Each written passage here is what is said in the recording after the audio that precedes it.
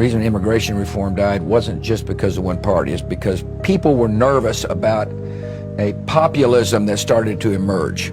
My view is that we are a land of immigrants, and we ought to recognize that. As a matter of fact, I believe America's soul is rejuvenated when people come to our country and work hard to realize dreams.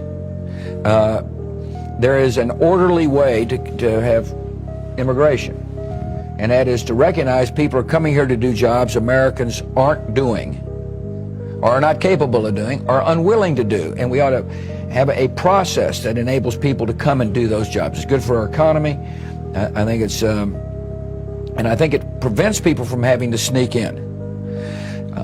There are laborers who do jobs people won't do, but there are also incredibly bright students who come. And I think it is a foolhardy policy to limit the number of workers that could contribute, for example, to the productivity of the United States in the internet world. I do believe there will be a rational immigration policy eventually passed. I think there's going to have to be some time.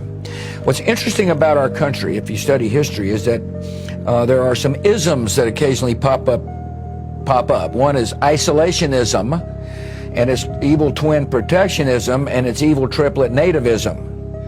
So if you study the 20s, for example, there was an American First policy that said, who cares what happens in Europe?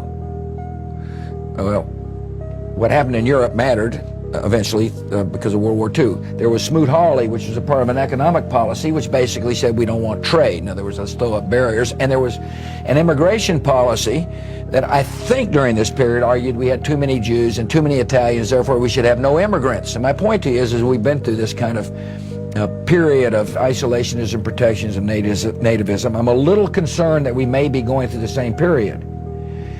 I hope that these isms pass, which would then allow for a more orderly look at immigration policy. But look, I was raised in Texas, and you know, there's a lot of focus on the Hispanic population. I mean, if you're raised in Texas, you understand what it means to interface with